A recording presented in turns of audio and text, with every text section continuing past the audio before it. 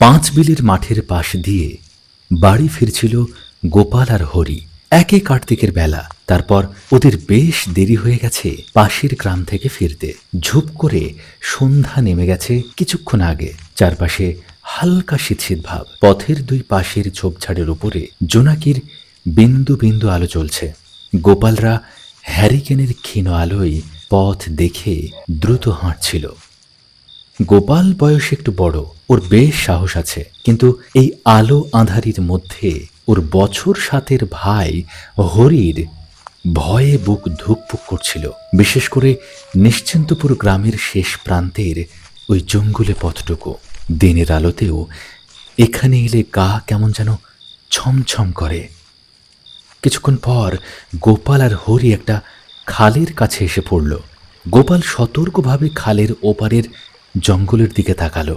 এই জঙ্গলটা ঘন হতে হতে মিশেছে সুন্দরবনের সঙ্গে। হঠাৎ কি যেন দেখে গোপালের হাত চেপে ধরল হরি। ভয়ে ভয়ে বলল, ও গোপালদা, ও গোপালদা, ও ওটা কি? হরির আঙুল দিয়ে দেখানোর দিকে তাকালো গোপাল। ওদের থেকে খানিকটা দূরে মাটি থেকে দু তিন হাত ওপরে ভাসছে একটা আগুনের গোলা। সেটা বেগুনি নীল আভা থেকে ধীরে ধীরে টকটকে লাল হচ্ছে, আবার আগের রং ধারণ করছে। গোলাটা এক জায়গায় স্থির নয়, মনে হচ্ছে ওদের দিকেই যেন ক্রমে এগিয়ে আসছে। হরির তো ভয়ে থরথর করে কাঁপছে। গোপালকে শক্ত করে জড়িয়ে ধরে সে ভাঙা গলায় বলল, ভূত আসতেছে গোপালদা, গোপালদা ভূত আসতেছে, আমাকে ধরে ঘাড় মটকাইয়া দেবে। আরে ভিতর ডিম, চুপ কর, দাঁড়া, আমি আছি না। হরি থতমত খেয়ে যায়। সে শুনেছে ওই আগুনের গোলা হলো আলেয়া। রাতের বেলা ভূতেরা নাকি আলেয়ার রূপ ধরে এই খালের চারপাশে ঘুরে বেড়ায়, সুযোগ পেলে মানুষের ঘাড় মটকে দেয়। কিন্তু গোপাল জানে এগুলো সত্যি নয়। মনোজিৎ স্যার সেদিন ক্লাসে বলেছিলেন, পচা কাদায় থাকা মিথেন গ্যাসের বুদবুদ বাতাসে ভাসলে আলেয়ার সৃষ্টি হয়। গোপাল আগে কখনো আলেয়া দেখেনি, তাই বেশ কৌতূহল হচ্ছিল ওর। আলেয়াটা গোপালদের দিকে কিছুটা এগিয়ে আবার পিছিয়ে যাচ্ছে।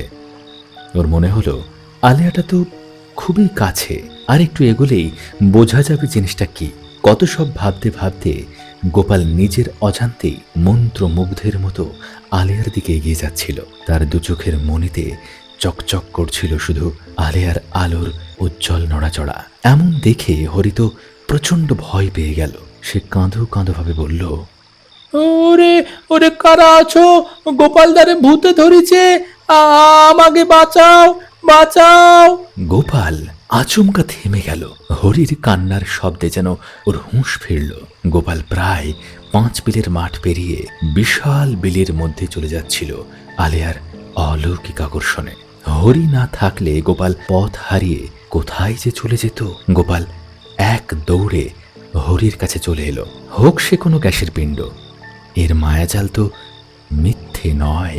গোপাল বুঝতে পারল আলেয়া ভূত না হলেও মানুষকে পথ ভুলিয়ে নিয়ে মেরে ফেলতে পারে, যেমন সে নিজেই যাচ্ছিল একটু আগে। গ্রামের কিছু কিছু বিশ্বাস অর্থহীন নয়। একটা দীর্ঘশ্বাস ফেলে গোপালরা ঠিক পথে বাড়ি ফিরতে লাগলো।